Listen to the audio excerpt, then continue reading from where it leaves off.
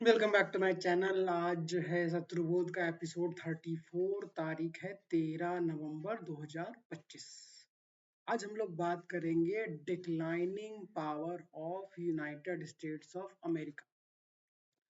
तो वर्ल्ड में हेजेमनी जो होती है, जो सुपर पावर स्टेटस होता है, जो दूसरों को धमकाने की जो एक पावर होती है, वो तब तक होती है जब तक आप उस धमकी को जो है वो आप एक्सरसाइज कर सको। जैसे मान लीजिए इराक ने कुछ कहा तो आपने इराक पे हमला कर दिया। गद्दाफी ने कुछ कहा तो उसको पावर से निकाल दिया, उसके देश पे हमला कर दिया, आर्मी को ऐसी तैसी कर दी, उस आदमी को पकड़ लिया, उसका जो है वो न्यूरमबर्ग ट्रायल चला दिया। जिसे वो हिटलर को हराने के बाद उसके सिपाहियों का जो है ट्रायल हुआ था, न्यूरमबर्ग करके एक शहर था जर्मनी का, वहां पे। तो वैसे ही जो है सद्दाम गद्दाफी का भी, जिसको इसको पकड़ पाए ये लोग जिंदा, उसका जो है उन्होंने ट्रायल दिखा दिया कि हम जो है डेमोक्रेसी के योद्धा हैं, और हम जो है इस देश पे हमने जो है ये कर लिया, और हम जो है यहाँ पे डेमोक्रेसी हमने स्थापित कर दी है, हमारी जीत हुई, इनकी हार हुई करके पूरा वो ड्रामा शुरू करे। अब ये लोग जो हैं दूसरे देशों को धमका तो रहे हैं। देखिए, चाइना के फ्रेम में आने के बाद, उसकी रेयर अर्थ पॉलिसी अनाउंस होने के बाद, रशिया का लगातार तेल बेचते रहने के बाद, उसको डराने के लिए ये लोग कुछ कर नहीं पा रहे हैं। जैसे अब भारत को डराना चाहते तो भारत कह रहा है हम ईरान से तेल खरीदेंगे, ईरान से नहीं खरीदेंगे तो वेनेजुएला से खरीदेंगे, लेकिन हम सस्ता तेल ही खरीदेंगे। तो इससे होता क्या है, इससे होता यह है कि आपके कहने की कोई वैल्यू नहीं रह गई है। आपके कहने से लोगों के, देशों के पॉलिटिकल डिसीजंस जो हैं, वो पॉलिसी डिसीजंस, पॉलिटिकल डिसीजंस, वो चेंज नहीं हो रहे हैं। तब फिर आप क्या करोगे? आप अपना मिलिट्री पावर को प्रोजेक्ट करोगे, वेनेजुएला को घेरोगे, कहोगे हम इस पे हमला कर देंगे।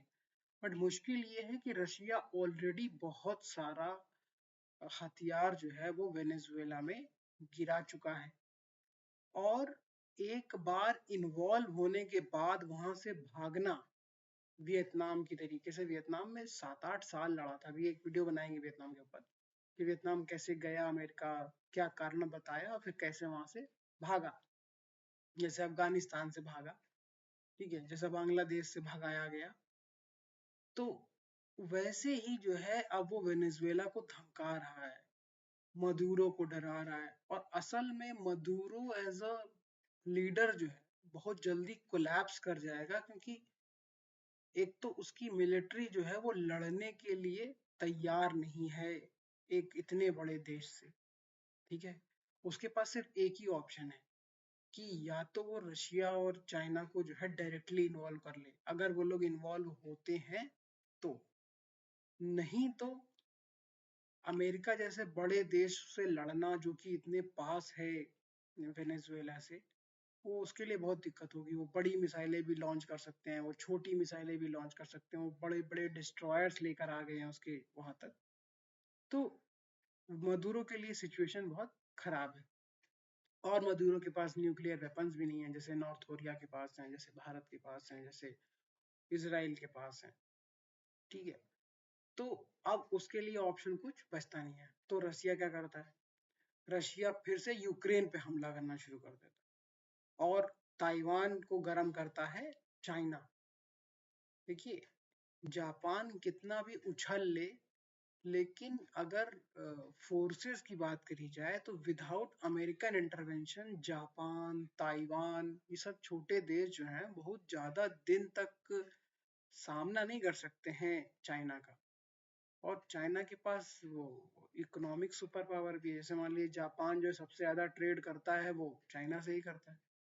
तो वही हाल है कि तुम्ही से मोहब्बत, तुम्ही से लड़ाई, अरे मार डाला दुहाई दुहाई। तो जापान के पास लड़ने के भी ज्यादा ऑप्शंस नहीं है। देखना ये होगा कि साउथ कोरिया कितना जो है दम लगाता है अगर एक वॉर खुल जाती है ताइवान और चाइना के बीच में। क्योंकि साउथ कोरिया भी एज अ मिलिट्री बहुत बड़ा देश नहीं है, और वो लोग भी मतलब जैसे कहते हैं ना एक बहुत बड़ा मिलिट्री सुपर पावर देश हो ना, वैसा कुछ नहीं है। छोटा देश है, ठीक है, थोड़े बहुत हथियार हैं, और बहुत बड़ा इंडस्ट्रियल कॉम्प्लेक्स है, बट अगर आप चाइना से कंपेयर करोगे तो आपका बहुत नुकसान होने वाला है। बाकी आपका यूक्रेन पहले से ही वॉर चल रही है, और वेनेजुएला हो गया, आपका नाइजीरिया हो गया। अभी नाइजीरिया को कुछ दिन पहले अमेरिका धमका रहा था कि वहां पे जो है क्रिश्चियंस का मास स्लॉटर हो रहा है, वहां पे हम जाएंगे और हमला कर देंगे और ये और वो सब चीजें तब सही हो सकती हैं जब अमेरिका सच में अपने देश से बाहर निकले और वहां पहुंच जाए और वहां पे अपनी नाव लगा दे और हमला करने के लिए तैयार हो जाए। मुश्किल ये है कि एक बार खुले मैदान में आने के बाद, जैसे रशिया के बड़े बड़े शिप्स जो हैं वो एक एक मिसाइल के हमले से गिर गए, वैसे ही अमेरिका के भी बड़े बड़े जहाज जो हैं वो एक एक मिसाइल के प्रहार से गिरना शुरू हो जाएंगे। और जो बहुत सारे हथियार अभी टेस्ट नहीं हुए हैं चाइना के किसी वॉर में, किसी एक वॉर लाइक सिमुलेशन में, वो टेस्ट होना शुरू हो जाएंगे। जैसे अंडर वाटर सबमरीन्स हैं, है ना। तो इन सब चीजों का सही से अभी टेस्ट जो है वो अमेरिका चाइना कर नहीं पा रहा है। हालांकि यूक्रेन में जो लड़ाई हो रही है उसके पीछे चाइना ही है ऐसा लगता है, क्योंकि देखिए रशिया के पास रिसोर्सेज की थोड़ी कमी रहती है। तो बहुत सारा तेल अगर चाइना ने इकट्ठा कर लिया है तो उसके बदले में अगर वो बाइक्स देता है, अगर वो ड्रोन्स देता है, तो ये लड़ाई चाइना वर्सेस अमेरिका ही है यूक्रेन में भी। और ये जब नाइजीरिया में खुलेगी तो नाइजीरिया में भी अमेरिका वर्सेस चाइना ही बन जाएगी। रशिया रहेगा इसमें, बट रशिया उस तरीके की मैन्युफैक्चरिंग पावर नहीं है जिस तरह की मैन्युफैक्चरिंग पावर चाइना है। तो सबसे मजेदार बात यह है कि जहां जहां अमेरिका ने बनर घुड़की देने की कोशिश करी है चाइना को या फिर रशिया को, वहां पे वो उस चीज को फॉलो अप नहीं कर पा रहा है। मतलब चाहता है कि हमला कर दें, बट हमला कर नहीं पा रहा। तो इसी तरीके से भारत भी इसी फ्रेम में है भाई। अब भारत में देखिए कुछ दिन पहले भी जीपीएस अटैक हुआ था, फिर अब सीधे बाद बॉम्ब ब्लास्ट हो गया। चाइना में कुछ दिन पहले जीपीएस अटैक हुआ था, फिर अब देखिए बॉम्ब ब्लास्ट तो वहाँ नहीं हो सकता है भाई, मुश्किल है, लेकिन वहाँ पे एक बड़ा ब्रिज है जो गिरा है अभी। मेक्सिको में एक बड़ा बम ब्लास्ट हुआ था अभी 10 दिन पहले लगभग। तो world is going through a phase of uncertainty in a way that nothing is certain for the next 2 to 3 years। America ऐसे डिक्लाइन कर रहा है, क्यों कर रहा है? जैसे अमेरिका में जो लेबर फोर्स है वो 3 to 4 times कॉस्टली है जो लेबर फोर्स है मैक्सिको में, ठीक है।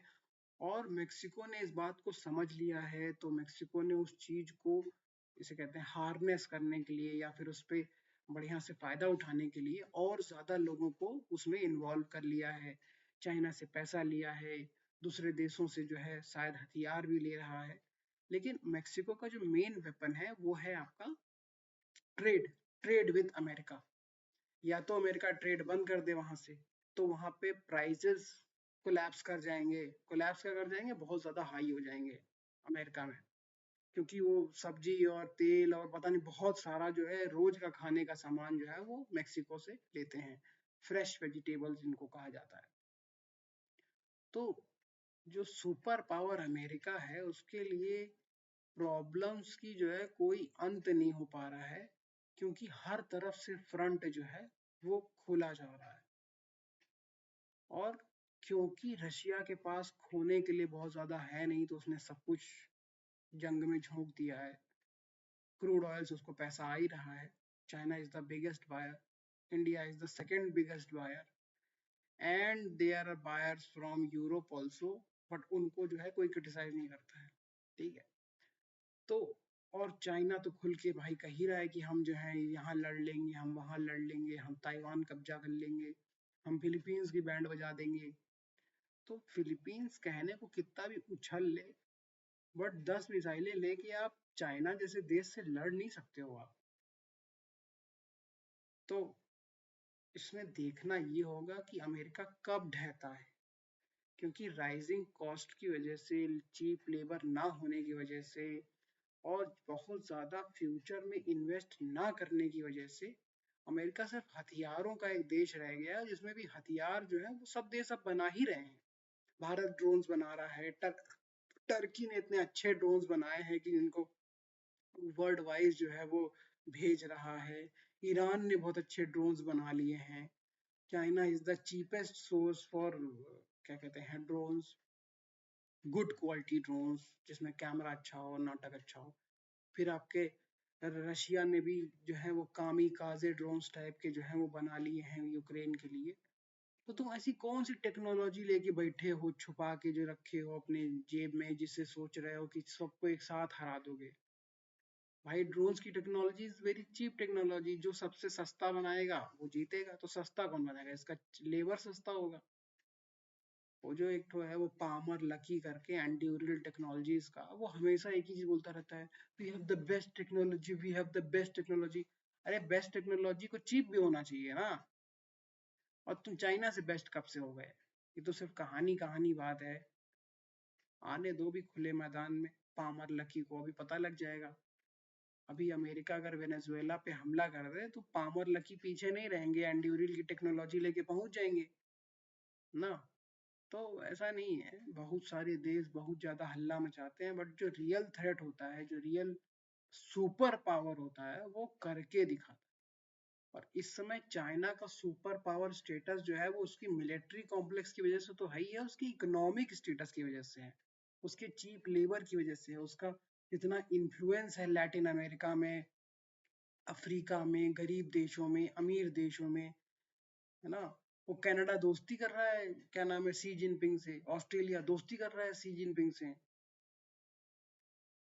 जिन बच्चों को H1B वीजा बोल के अमेरिका ने धमकाने की कोशिश की, उनको कह दिया कनाडा ने कि अगर आपको अमेरिका से निकाला जा रहा है तो आप कनाडा आ सकते हैं। मतलब इतना सिंपल तो कोई कुछ कह ही नहीं सकता था। जर्मनी ने तो बुलाया ही था इनको कि भारत के लोगों को बुलाया था, बट कनाडा ये नहीं कहा है कि भारत के लोग जर्मनी आ सकते हैं। कनाडा ने ये कहा है कि जिन लोगों को अमेरिका ने H1B वीजा में बाहर निकाल दिया है उनको हम एक्सेप्ट करने के लिए तैयार हैं। अब क्या करेंगे ट्रंप चाचा, ये देखने वाली बात है। H1B वीजा वालों को भगाएंगे, टॉप टैलेंट को रखेंगे, सबको भगाएंगे, इंडियंस को डराएंगे, इंडियंस को ऑस्ट्रेलिया में डराएंगे, कहाँ कहाँ डराएंगे, ये देखने वाली बात है। Thank you.